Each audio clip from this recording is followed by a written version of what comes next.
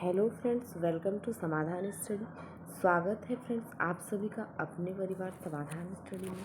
NEET पीएनएसडी और other state exam के लिए बने रहे समाधान स्टडी के साथ। तो चलिए फ्रेंड्स स्टार्ट करते हैं बायोलॉजी के क्वेश्चन।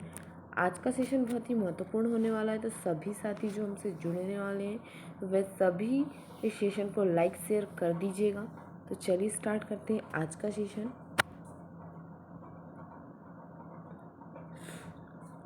पहला क्वेश्चन है, मेंढक में त्वचा श्वसन हेतु उपयुक्त रहती है। मेंढक में त्वचा श्वसन हेतु उपयुक्त रहती है। अधिक संवहनी होने के कारण, नम होने के कारण, शल्क तथा रोमों की अनुपस्थिति के कारण उपरोक्त सभी। मेंढक में जो त्वचा श्वसन है वो हेतु किस हेतु उपयुक्त होती है या रहती है? ऑप्शन डी हमारा राइट आंसर होगा। ऑप्शन डी यहाँ राइट आंसर होगा। अधिक संवहनी होने के कारण, नम होने के कारण, शल्क तथा रोमों की अनुपस्थिति के कारण त्वचा जो है श्वसन के हेतु उपयुक्त होती है। तो मेंढक में जो है वो जो त्वचा है उसके द्वारा श्वसन होता है। व्याख्या देखेंगे। मेंढक में त्वचा श्वसन हेतु अधिक संवहनी होने के कारण, नम होने के कारण, शल्क तथा रोमों की अनुपस्थिति के कारण उपयुक्त रहती है। तो जो मेंढक है उसमें त्वचा श्वसन का कार्य करती है। त्वचा के द्वारा मेंढक श्वसन करते हैं। तो ऑप्शन जो डी है यहाँ राइट आंसर हुआ। अगला क्वेश्चन है, नेक्स्ट क्वेश्चन है, निम्न में से किसमें त्वचा एक श्वसन अंग है? तिलचट्टा, मेंढक, शार्क, व्हेल। तिलचट्टा, मेंढक, शार्क, व्हेल। जो त्वचा है वह किस एक प्राणी जीव में श्वसन का अंग होती है? सही उत्तर होगा ऑप्शन बी, मेंढक। अभी हमने बात की थी कि जो मेंढक है उसमें त्वचा श्वसन के लिए उपयुक्त होती है। अधिक संवहनी होने के कारण, नम होने के कारण, शल्क तथा रोमों की अनुपस्थिति, रोम मतलब जो बाल होते हैं उनकी अनुपस्थिति के कारण जो है त्वचा उपयुक्त होती है मेंढक में। तो ऑप्शन बी हमारा करेक्ट आंसर होगा। व्याख्या देख लेंगे।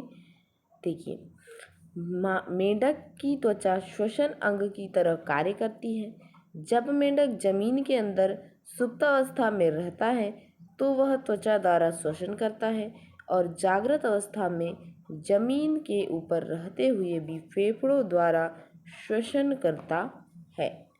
तो ऑप्शन जो बी था हमारा मेंढक, ऑप्शन राइट आंसर होगा। अगला क्वेश्चन है, व्हेल एक है, मछली है, उभयचर है, मोलस्क है, स्तनपायी है।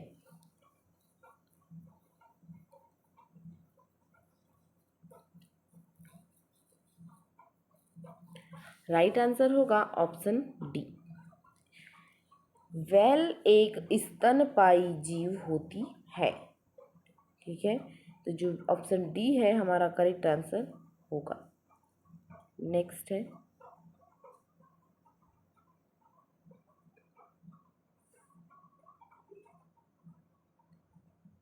निम्न में से कौन सा पक्षियों के पंख का समजात अंग है? कीट के पंख, चमगादड़ के पंख, मछली के गलफड़े, मनुष्य के पैर। पक्षियों के पंख का समजात अंग है। ऑप्शन बी राइट आंसर होगा, चमगादड़ के पंख। बी ऑप्शन हमारा करेक्ट आंसर होगा। व्याख्या देख लीजिए। चमगादड़ के पंख पक्षियों के पंख का समजात अंग है।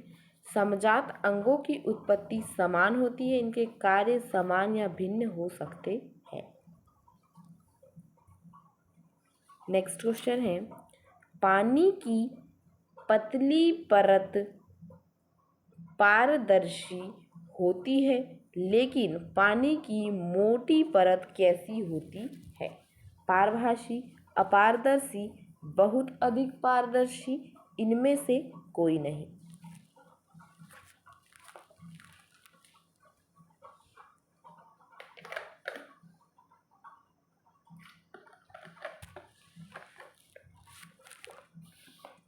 ए ऑप्शन राइट आंसर होगा। पानी की पतली परत पारदर्शी होती है और पानी की मोटी परत पारभाषी होती है। ए ऑप्शन हमारा करेक्ट आंसर होगा। व्याख्या है, पानी की पतली परत आर पार स्पष्ट रूप से देखा जा सकता है, इसीलिए इसे पारदर्शी कहते हैं, लेकिन जबकि मोटी परत को के आर पार अस्पष्ट दिखता है, अतः यह पारभाषी होती है। तो यहाँ पर जो बी ऑप्शन ए ऑप्शन है वो हमारा राइट आंसर होगा। अगला क्वेश्चन है, खमीर किस प्रकार का जीव है? कवक, जीवाणु, प्रोटिस्टा, नील हरित शैवाल। कवक, जीवाणु, प्रोटिस्टा, नील हरित शैवाल।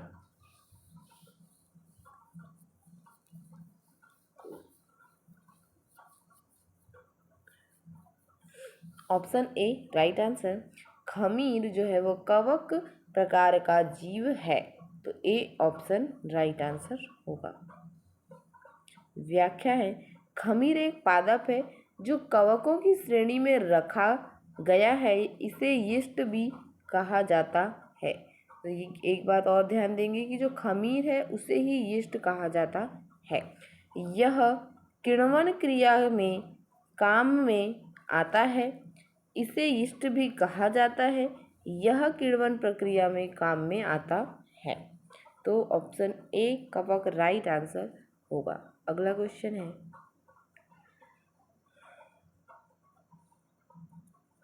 यीस्ट निम्न में से किसके द्वारा बहुगुणित होता है? द्विविखंडन, मुकुलन, बहुविखंडन, उपरोक्त सभी। यीस्ट निम्न में से किसके द्वारा बहुगुणित होता है? द्विविखंडन, मुकुलन, बहुविखंडन, उपरोक्त सभी।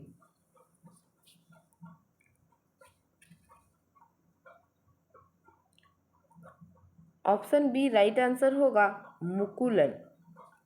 व्याख्या देखेंगे, यीस्ट मुकुलन द्वारा बहुगुणित होता है। जो यीस्ट होता है वह मुकुलन बडिंग द्वारा बहुगुणित होता है। तो बी ऑप्शन हमारा राइट आंसर होगा। अगला क्वेश्चन है, प्रोकैरियोटिक जगत के अंदर सम्मिलित है। प्रोटिस्टा, प्लांटी, कवक, मोनेरा। प्रोकैरियोटिक जगत के अंदर सम्मिलित है।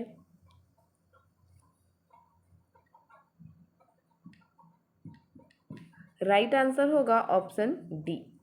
डी हमारा राइट आंसर होगा, मोनेरा। प्रोकैरियोटिक जगत के अंदर मोनेरा स्थित है। तो ऑप्शन डी करेक्ट आंसर। व्याख्या है, मोनेरा जगत के में सभी प्रोकैरियोटिक कोशिका को रखा गया है, जैसे बैक्टीरिया, बीजीय आदि।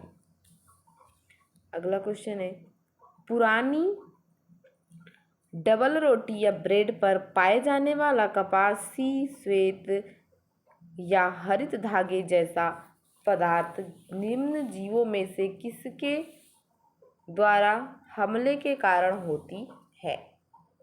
किसके द्वारा हमले के कारण होता है? केवल विषाणु, केवल कवक, केवल जीवाणु, जीवाणु और विषाणु दोनों।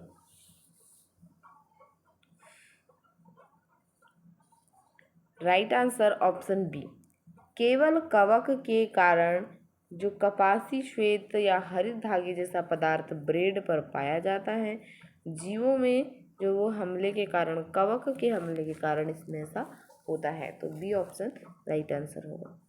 व्याख्या देख लेते हैं, पुरानी डबल रोटी या ब्रेड पर पाया जाने वाला कपासी श्वेत या हरित धागे जैसा पदार्थ कवक जीव के कारण उत्पन्न होता है। कवक या फफूंद, फंगस जिसे कहते हैं, एक प्रकार के पौधे हैं जो अपना भोजन सड़े गले मृत कार्बनिक पदार्थों से प्राप्त करते हैं।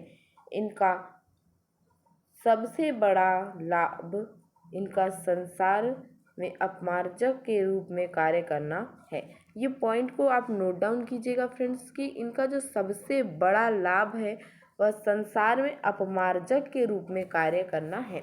तो आप कभी क्वेश्चन आता है कि कवक क्या है, तो अपमार्जक है या नहीं, ये भी क्वेश्चन आता है, तो आप ध्यान रखिएगा कि ये एक प्रकार के अपमार्जक होते हैं। तो ठीक है, नेक्स्ट क्वेश्चन देखेंगे। टेडपोल में अधूरे विकास का कारण खालिस्तान अपर्याप्त उत्पाद है।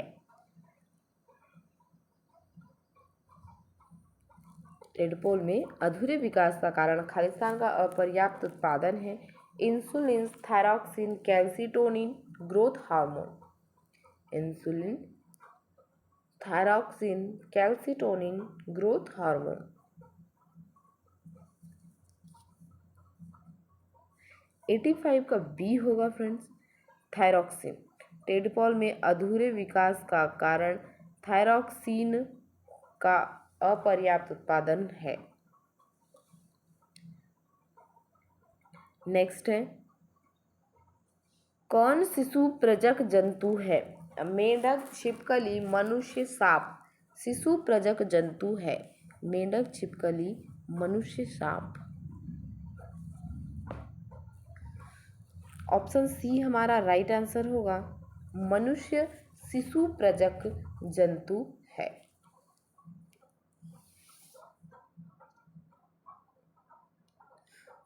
कीटों की वायुनली कहलाती है। ग्रसनी, क्लोम, श्वासरंध्र, कंठ। ग्रसनी, क्लोम, श्वासरंध्र, कंठ।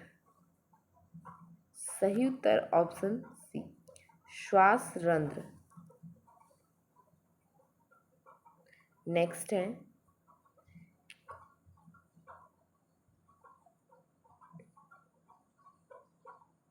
किंगफिशर प्राणी प्लवक मछली एवं पादप प्लवक से बनी जलीय खाद्य श्रृंखला में कौन से जीव में हानिकारक रासायनिक डीडीटी की अधिकतम सांद्रता होने की संभावना होगी? प्राणी प्लवक, पादप प्लवक, किंगफिशर, मछली। Right answer option C, kingfisher. व्याख्या है, किंगफिशर डीडीटी की अधिक सांद्रता का संकेतक है।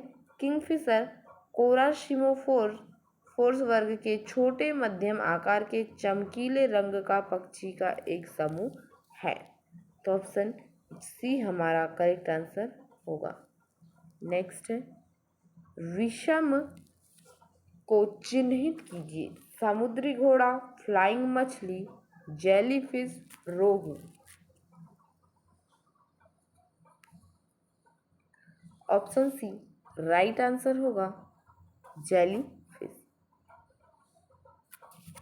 जेलीफिश एक विषम है क्योंकि ये फिश नहीं है, बाकी सभी फिश है। जेलीफिश की तरह रीढ़ की हड्डी नहीं होती। जेलीफिश में फिश की तरह रीढ़ की हड्डी नहीं होती है, इसलिए वह फिश नहीं होती। तो ऑप्शन सी हमारा करेक्ट आंसर होगा। नेक्स्ट है, कौन सा स्तनपायी जो अंडे देता है?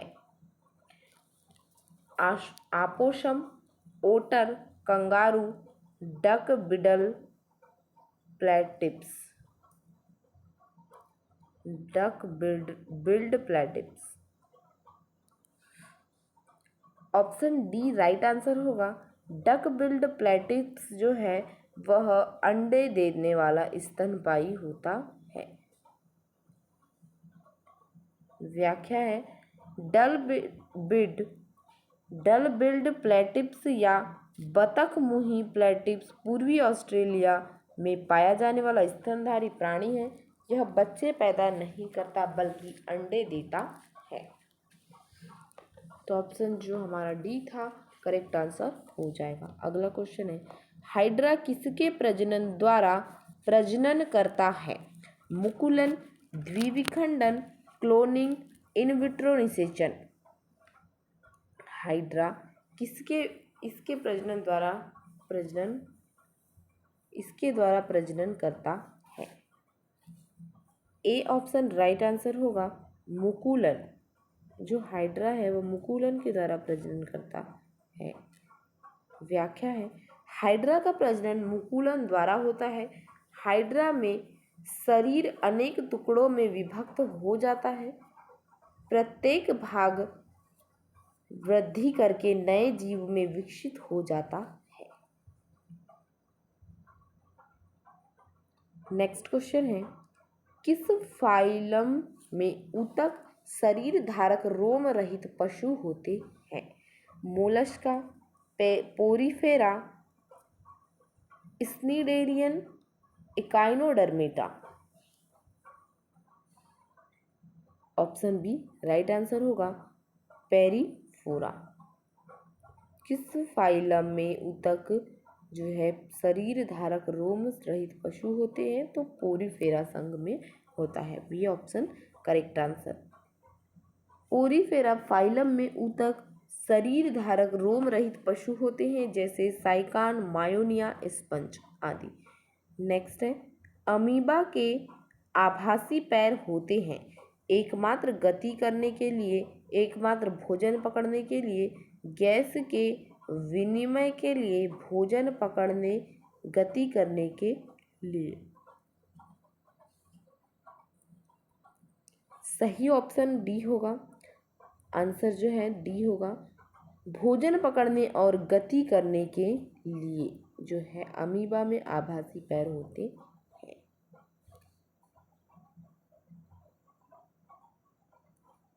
नेक्स्ट है, तिलचट्टा का बाह्य कंकाल बना होता है कैल्शियम का, काइटिन का, सेल्यूलोज का, कैल्शियम एवं फास्फोरस का।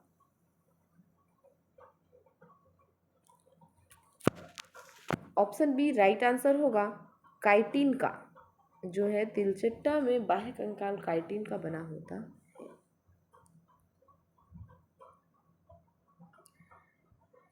चिड़ियों की चोंच में दांतों की संख्या कितनी होती है? 25, 32, 16, 9।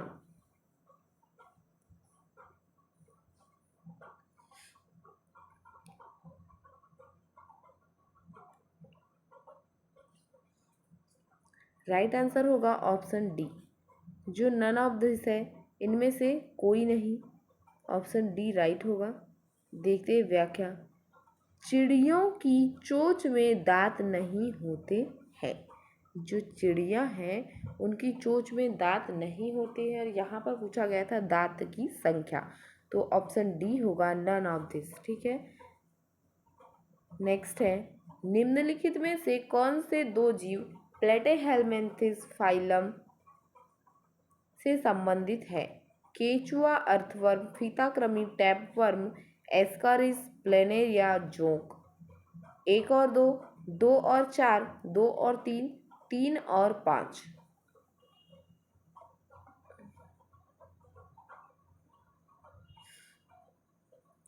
राइट आंसर ऑप्शन बी, 2 और 4 जो है प्लेटेहेलमिन्थेस में जो होता है जीव, वो होता है फीताकृमि और planaria,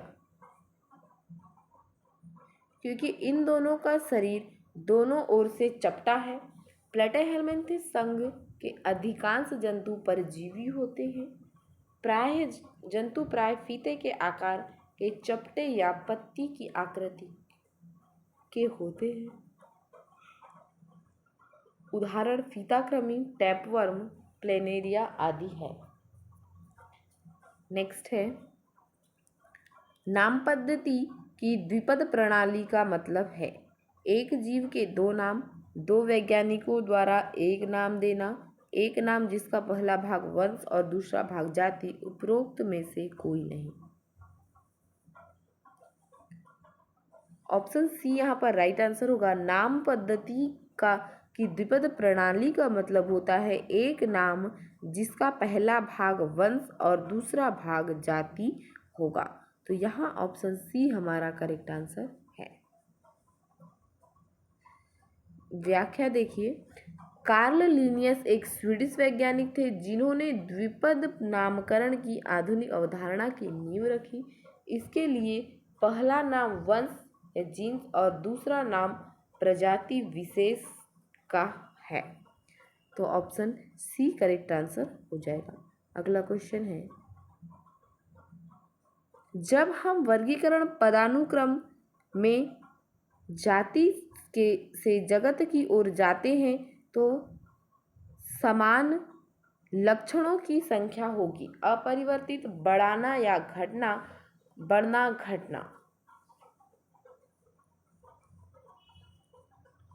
option D right answer होगा, घटना।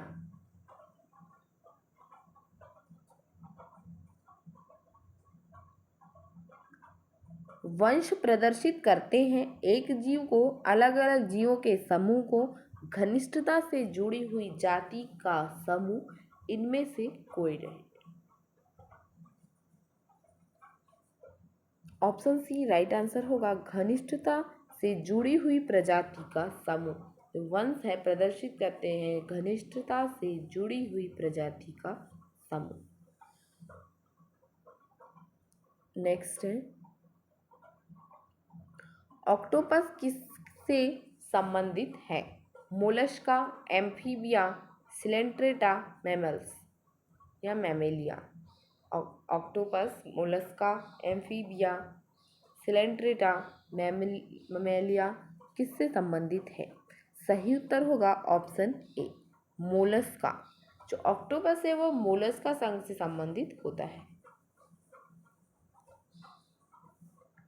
व्याख्या देखिए, संघ मोलस्का नॉन कार्डेट समूह का विकसित जंतुओं का संघ है। इसमें 8 भुजाओं वाली समुद्री जंतु ऑक्टोपस को रखा गया है।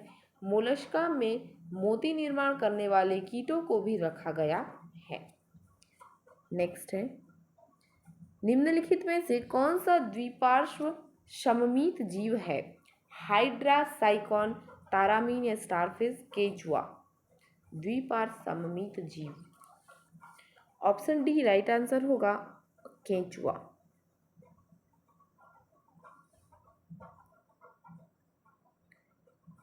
केचुआ द्विपार्श्व सममित वाला है। इनके शरीर में खंडों के पर आदर्श भूत रूप से काइटिन के बने छोटे छोटे सुई जैसे अंग होते हैं। इन्हें सीटा कहा जाता है या कहते हैं। तो ऑप्शन डी करेक्ट आंसर होगा। नेक्स्ट है, टैडपोल।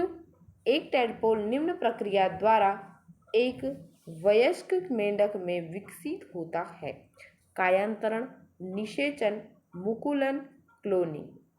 कायांतरण, निषेचन, मुकुलन, क्लोनिंग।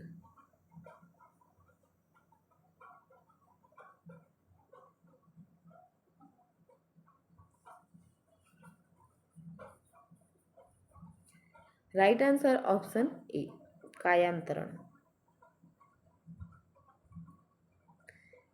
कायांतरण एक वैज्ञानिक प्रक्रिया है जिसमें किसी जानवर के पैदा होने या अंडे से निकलने के बाद कोशिकाओं की बढ़ोतरी से उसके शारीरिक ढांचे में कम समय में बड़े परिवर्तन आ जाते हैं।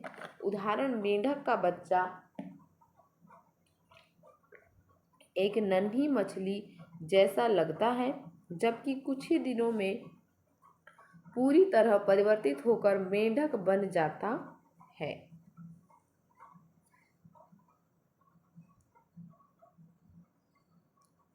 आज का सेशन यहीं पर समाप्त हो रहा है फ्रेंड्स। तो सभी साथी सेशन को लाइक शेयर कर दीजिएगा और देखते रहे फ्रेंड्स समाधान स्टडी क्लासेस। बेहतरीन तैयारी कीजिए, आगामी एग्ज़ाम आने ही वाली है, कुछ ही दिनों में एग्ज़ाम होने वाली है। तो आप सभी बहुत अच्छे से पढ़ाई कीजिए, खुश रहिए, सभी का सम्मान कीजिए।